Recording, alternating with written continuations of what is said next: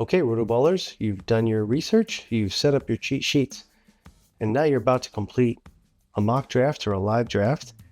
At the end of either a mock draft or a live draft, you will be presented with a system-generated draft analysis. So let's go over that now.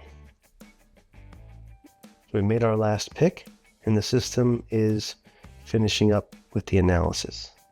Okay, here it is. Now we'll scroll down, and you can see under the ranks tab on the draft analysis page, you can see what our team's rank is based off of our Z-score plus. There's a bar graph visual as well as a table visual down below it. It's defaulted to show you the analysis for starters only, but you can choose entire roster or a specific position. If you go to the results tab, it's going to show us a category points total, and it's also broken out by category. Now you can see it's category points here, but we can also do it by ranks. So instead of giving us a value for each one of those categories, you can see where we are projected to rank in those categories. And again, you can change it to starters only if you wish. It's also broken out individually by category down below. If you go to the breakdown tab, it's broken out by player in each roster slot. You can see as we scroll down our first baseman, Cody Bellinger, and how he ranks compared to the other first baseman in the league.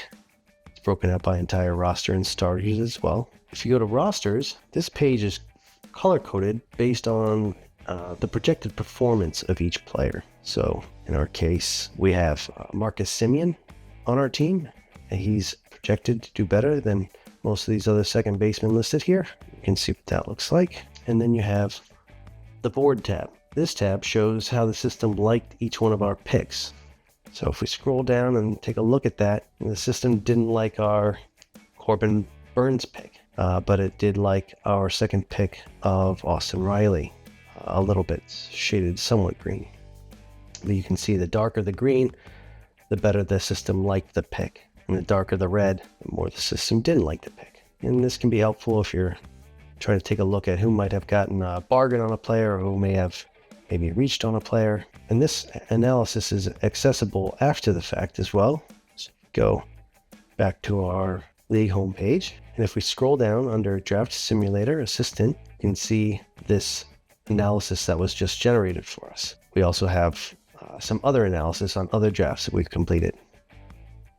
So you can go back and analyze that as well. Now that was for a category league. It will show a little bit differently. Instead of a Z-score, if you recall, instead of a Z-score for points leagues, it's going to show an overall fantasy points. We'll just show you what that looks like real quickly. So here's one for fantasy points. Instead of an overall Z-score, you see it's broken out by fantasy points.